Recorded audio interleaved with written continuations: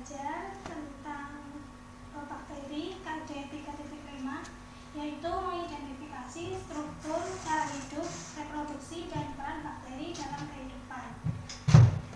Di sini kita akan belajar yang pertama ada apa sih bedanya virus dengan bakteri, yang kedua ada ciri-ciri bakteri, ketiga bentuk bakteri, keempat struktur bakteri, kelima reproduksi bakteri, dan yang keenam peran bakteri.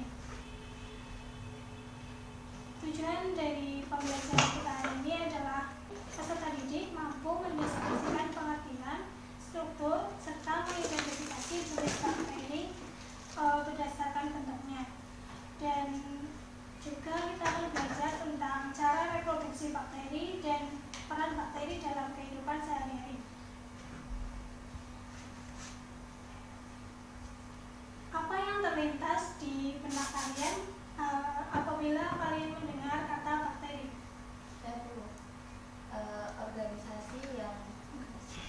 Organisme yang tidak bisa dilihat secara langsung. Benar. Nama lainnya itu organisme, mikroorganisme. Ya. Kemudian yang lain? Organisme itu yang biasa menyebabkan penyakit. Betul. Selanjutnya kita akan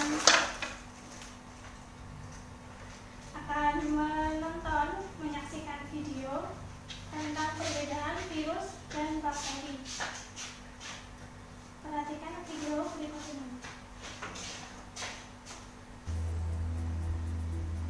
Perbedaan yang pertama adalah ukuran. Virus itu jauh lebih kecil daripada bakteri, sekitar 10-100 kali lebih kecil. Perbedaan yang kedua, bakteri itu termasuk makhluk hidup. Bakteri ini memiliki sel dan bisa berkembang biak. Sedangkan untuk virus ini bukan makhluk hidup. Karena virus ini selalu membutuhkan sel makhluk hidup lain untuk dibajak, diinfeksi, sehingga virus ini bisa bereproduksi. Perbedaan yang ketiga adalah cara virus dan bakteri ini menginfeksi tubuh kita. Virus itu masuk ke dalam tubuh kita, menginfeksi sel kita, yang setelah itu sama virus ini, sel kita dihack, diprogram untuk mereproduksi virus ini, sehingga virus ini menyebar ke seluruh tubuh kita.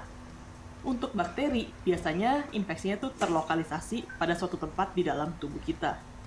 Setelah itu, perlu diketahui juga bahwa virus ini bisa menginfeksi bakteri. Virus yang bisa menginfeksi bakteri disebut dengan bakteriofags. Sebaliknya, bakteri tidak bisa menginfeksi virus. Ada tiga perbedaan antara virus dan bakteri. Yang pertama dari segi ukuran. Dari segi ukuran kita ketahui bahwa ukuran bakteri lebih besar dari virus. Dan kemudian ada perbedaan yang kedua, bakteri merupakan makhluk hidup, sedangkan virus bukanlah makhluk hidup. Virus membutuhkan sel inang untuk dia berkembang biak. Selanjutnya, ciri-ciri bakteri. Berikut ini ada beberapa ciri-ciri bakteri. Yang pertama, ukurannya mikro, artinya Sangat kecil sehingga memerlukan mikroskop untuk mengamatinya. betul. Dan ciri-ciri yang kedua, uniseluler. Apa itu uniseluler? Uniseluler itu artinya organisme bersel tunggal dan prokaryotik. Berarti dia itu tidak memiliki membran intibu. Betul sekali. Jadi bakteri merupakan organisme yang ukurannya sangat kecil dan bersifat uniseluler, juga prokaryotik. Selain itu, bakteri hidupnya bebas. Dia bisa hidup di mana saja, misalnya di air, di tanah, dan di melekat di organisme lain. Misalnya di tangan kita juga pasti ada bakterinya. memiliki beragam bentuk. Apa saja? Yaitu di sini ada 3 bentuk dasar. Yang pertama, bentuk bulat atau biasa disebut dengan bentuk kokus. Dari bentuknya dapat dilihat bahwa ada yang jumlahnya 1, ada yang 2, ada yang bergabung menjadi banyak. Di sini ada monokokus. Monokokus artinya bakteri kokus tunggal. ya betul, bakteri kokus yang hanya 1 tunggal. Kemudian ada diplococcus. Diplococcus berarti dua bakteri monokokus yang menyatu. Kenapa menyatu?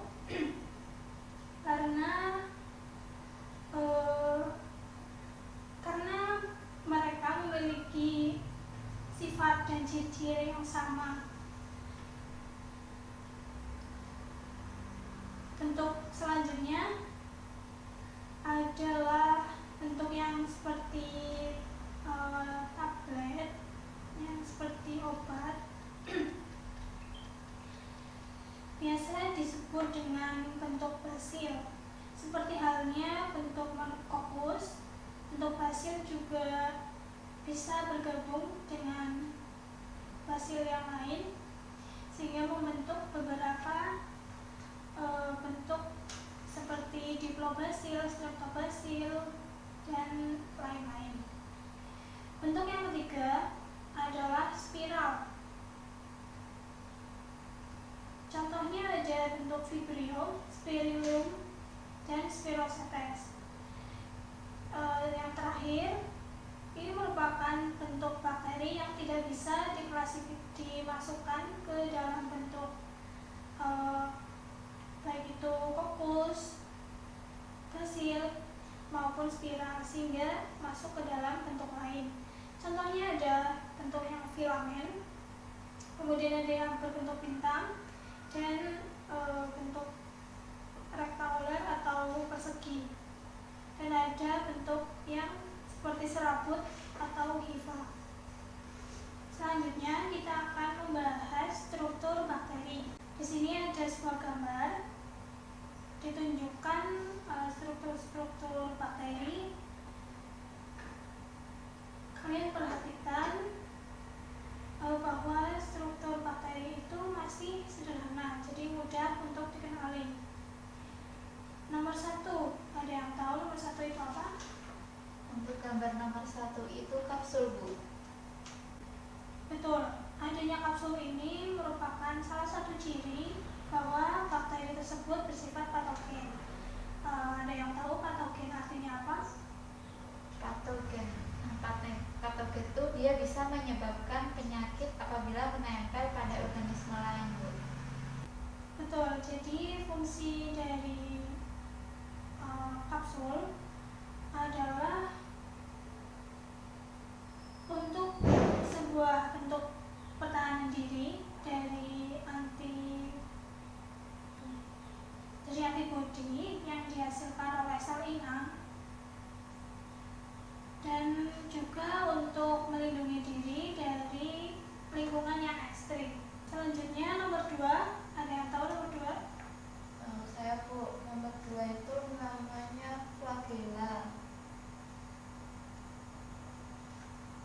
Betul, flagella atau flagel merupakan sebuah struktur yang berfungsi sebagai alat gerak bagi bakteri. Gerakannya biasanya berputar seperti baling-baling. Selanjutnya nomor 3, ada yang tahu? Saya, Bu, nomor 3 itu pilus atau pili. Betul, nomor 3 itu pilus. Pilus ini jika dilihat mirip ya dengan flagel, tapi ada yang tahu nggak perbedaannya itu apa? Saya, Bu, perbedaannya itu pada ukurannya yang berbeda. Jika flagel itu lebih panjang, sedangkan pilus lebih kecil. Betul. Selain lebih kecil, pilus juga terlihat lebih kaku daripada flagel. Fungsi dari pilus adalah sebagai pemantau saat perlekatan dalam reproduksi seksual, yaitu konjugasi. Selanjutnya nomor 4. Nomor 4 adalah yang paling penting. Nomor 4 itu membran inti, Bu. Bukan membran inti. Jadi tadi kan sudah dibahas bahwa bakteri itu adalah organisme prokariotik, ya. Dia prokariotik, jadi tidak memiliki membran inti. Yang lain? Saya, Bu, itu dinding sel kalau nggak salah. Betul, dinding sel. Fungsinya untuk mempertahankan bentuk dari sel bakteri sehingga bentuknya tetap sama. Selain itu juga untuk melindungi bakteri. Nomor 5. Nomor 5 itu membran plasma, Bu. Betul. Membran plasma tersusun atas molekul lemak dan protein yang bersifat semi permeable. Fungsinya untuk mengatur keluar dan masuknya zat ke dan menuju sel. Selanjutnya nomor 6. Ada yang tahu nomor 6 itu apa? DNA, Bu. Betul. DNA. Jadi setiap makhluk hidup pasti memiliki DNA. Dalam bakteri, DNA-nya disebut dengan DNA sirkuler. Kenapa disebut sirkuler? Karena bentuk DNA-nya itu seperti kalung yang tidak berujung dan tidak berpangkal. DNA sebagai pembawa sifat atau sebuah materi genetik. Selanjutnya nomor 7, ada yang tahu nomor 7 apa? Tidak tahu, Bu. Kita buka. Jadi nomor 7 adalah plasmid. Selain memiliki DNA kromosom, ada juga bakteri yang tidak memiliki kromosom atau DNA non-kromosom. Nah, DNA non-kromosom ini biasa disebut dengan plasmid. Bentuknya sama seperti DNA kromosom, yaitu sirkuler. Plasmid ini mengandung gen-gen tertentu. Terakhir, nomor 8, ada yang tahu yang titik-titik biru ini? Tidak, Bu. Tidak tahu. Kita buka. Nomor 8 adalah ribosom. Ribosom berfungsi sebagai pabrik energi untuk bakteri. Next, kita akan membahas tentang reproduksi bakteri. Yang pertama, kita akan belajar mengenai reproduksi aseksual bakteri, yaitu dengan cara pembelahan biner. Kita lihat video berikut ini.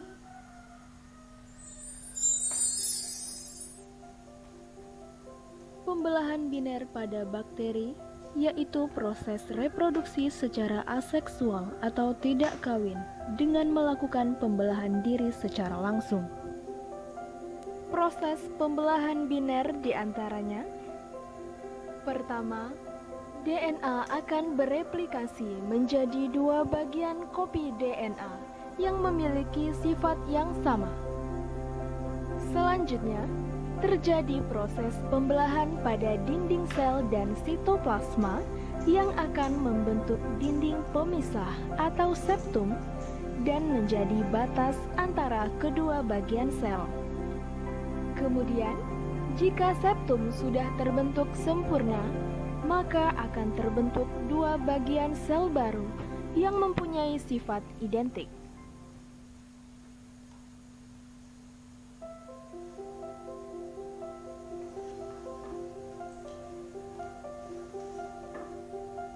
Ini bentuk pembelahan jika dilihat dari mikroskop. Sangat cepat dan langsung menghasilkan banyak sekali bakteri.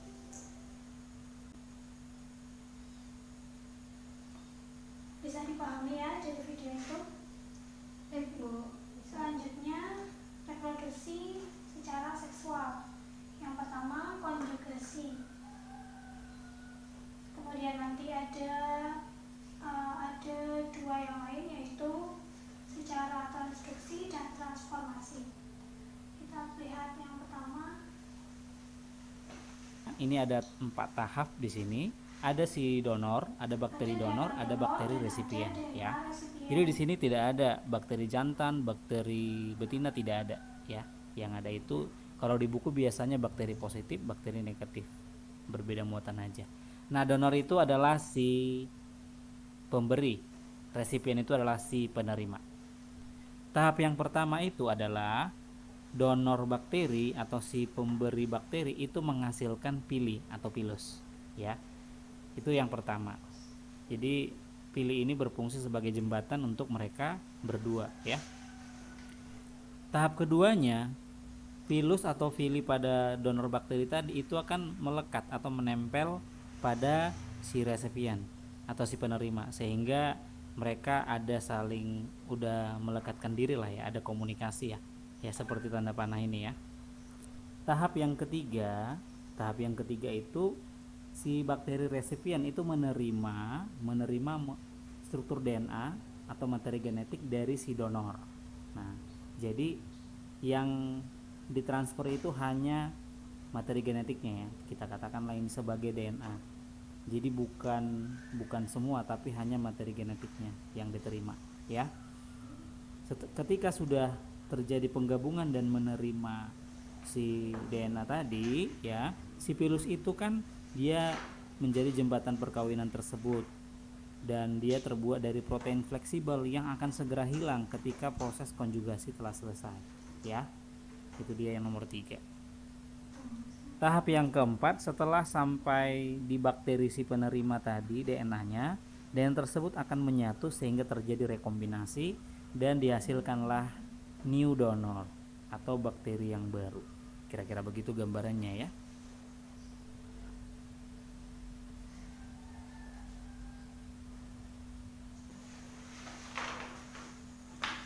Video selanjutnya yaitu reproduksi seksual secara transduksi. Kita lihat Ada bakteri donor, ada bakteri resipien. Sama dengan konjugasi, sama-sama ada donor dan resipien. Cuman bedanya si bakteri penerima atau resipien di sini dia menerima DNA dari bakteri donor dengan adanya bantuan si virus, gitu dia ya. Itulah tadi bakteriofag. Bakteriofag itu si virus tadi gitu. Jadi kalau nggak ada virus, ya tidak bisa bakteri si penerima ini, resipien ini menerima dari si donor gitu. Jadi dibantu oleh si virus lah transduksi ini prosesnya. Jadi ceritanya virus yang sudah menginfeksi bakteri donor ini, di dalam virus itu kan sudah ada si DNA bakteri donor.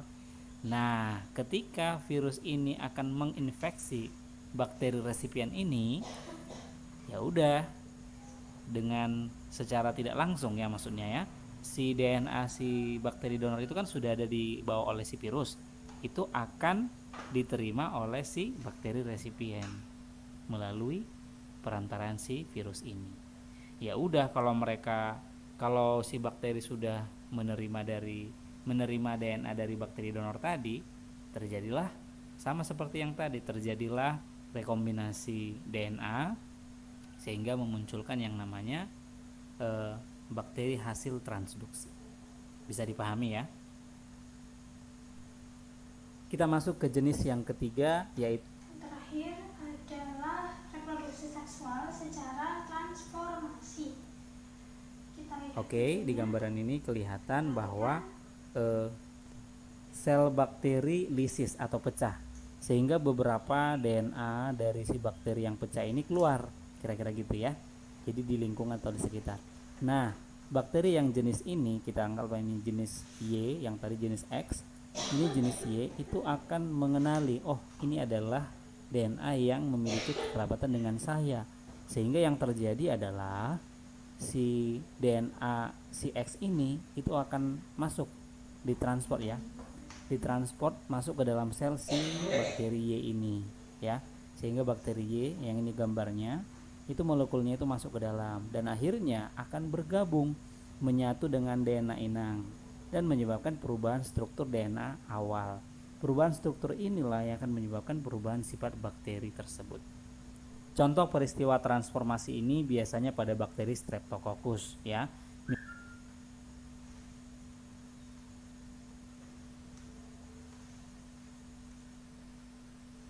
Nah, baik, selesai, dapat dipahami ya videonya. Nanti apabila masih kurang paham, silakan ditonton kembali melalui link yang akan saya berikan. Terakhir, kita akan belajar tentang peran bakteri. Di sini ada sebuah video, salah satu penerapan peran bakteri dalam kehidupan sehari-hari, yaitu membuat salah satu produk makanan. Kalian tentu tidak asing dengan produk. Ini dia salah satu makanan fermentasi yang akrab buat orang Indonesia, yogurt. Yogurt dibuat dari susu sapi yang difermentasi, sehingga membuat teksturnya berubah menjadi kental. Nah, proses fermentasi ini juga menghasilkan bakteri probiotik yang sangat baik untuk kesehatan sistem pencernaan dan juga bermanfaat untuk memperkuat daya tahan tubuh. Nah, sekarang ada banyak macam jenis yogurt, mulai dari creamy yogurt sampai yogurt drink bercita rasa manis yang dilengkapi dengan kandungan serat dari sayur dan buah kayak gini. Ini tangki susu sebagai bahan utama yogurt yang bisa menampung sampai 8.000 liter. Setiap hari susu dipindah ke dalam pabrik untuk diolah. Nah, sebelum diolah, susunya wajib melewati tes kualitas di laboratorium. Kalau warna susu berubah menjadi peach kayak oranye muda gitu, berarti kualitas susu bagus. Tapi kalau jadi merah, kualitas susu nggak bagus dan nggak boleh diminum. Susu yang lolos uji bisa langsung dipanaskan deh. Proses yang dinamakan pasteurisasi ini berguna untuk membunuh mikroorganisme jahat pada susu, seperti bakteri dan mikroba.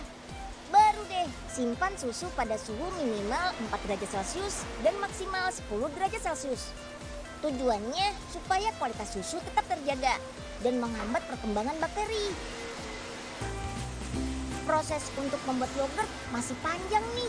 Susunya perlu didiamkan beberapa hari dulu. Saat proses ini, susu juga ditambahkan bakteri asam laktat untuk proses fermentasi.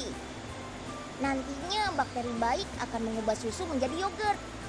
Bakteri yang digunakan untuk membuat yogurt baik untuk kesehatan tubuh. Selain itu, bisa membuat tekstur, aroma, dan cita rasa yogurt juga enak.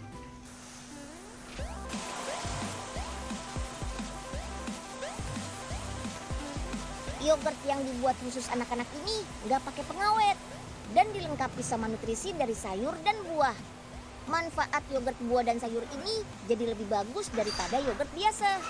Minum 1 kotak setiap hari bisa memenuhi 30% kebutuhan serat harian anak. Jadi tetap aman, walaupun anak malas makan buah dan sayur. Soal kandungan gula, nggak usah khawatir deh. Karena sudah disesuaikan dengan kebutuhan anak, jadi aman deh. Walaupun yogurt ini dikhususkan untuk anak-anak, tapi orang dewasa juga bisa minum kok. Biar pencernaannya bagus, kekebalan tubuh meningkat, jadi gak gampang sakit. Terus kesehatan tulang dan gigi juga terjaga. Buat yang bosan konsumsi yogurt, Unyil punya olahan yogurt. Dari tayangan video tadi ada tiga bakteri yang disebutkan. Coba salah satu sebutkan nama bakteri yang digunakan dalam pembuatan yogurt. Namanya itu tadi Streptococcus thermophilus. Betul. Nah, selain produk yogurt, ada beberapa contoh penerapan lain. Seperti yang pertama ada nata de coco yang dibuat dengan memanfaatkan bakteri Acetobacter pseudomonas. Kemudian ada keju yang dibuat dengan memanfaatkan bakteri Lactobacillus bulgaricus. Dan yang ketiga ada antibiotik streptomycin sebagai obat TBC. Ini dibuat menggunakan bantuan bakteri Streptomyces griseus. Selain peran yang menguntungkan, seperti yang sudah disebutkan tadi di awal, bahwa ada bersifat patogen atau menimbulkan penyakit. Di sini ada 3 contoh. Yang pertama adalah penyakit TBC, disebabkan oleh bakteri Mycobacterium tuberculosis. Yang kedua, penyakit tifus atau tipes yang disebabkan oleh bakteri Salmonella typhosa. Yang ketiga, ada penyakit antraks yang biasanya itu terjadi pada hewan ternak seperti sapi. Penyakit ini disebabkan oleh bakteri Bacillus anthracis.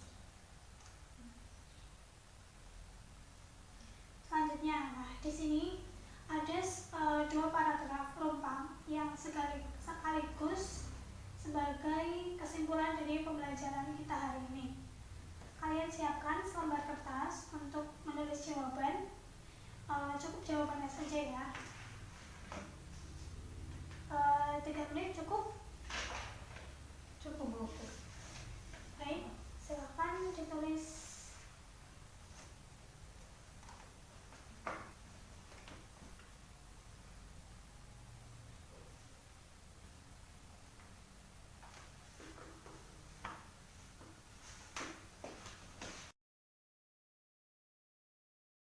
Baik, selesai ya.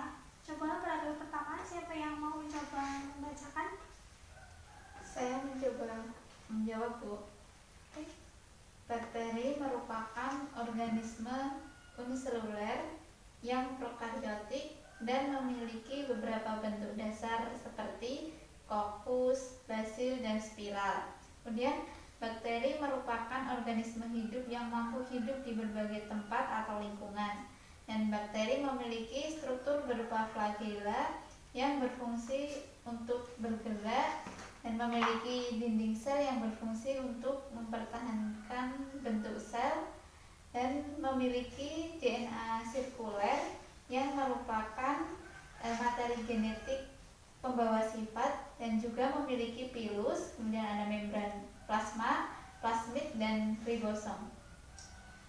Tepat sekali. Paragraf selanjutnya, silakan. Saya Bu mencoba menjawab.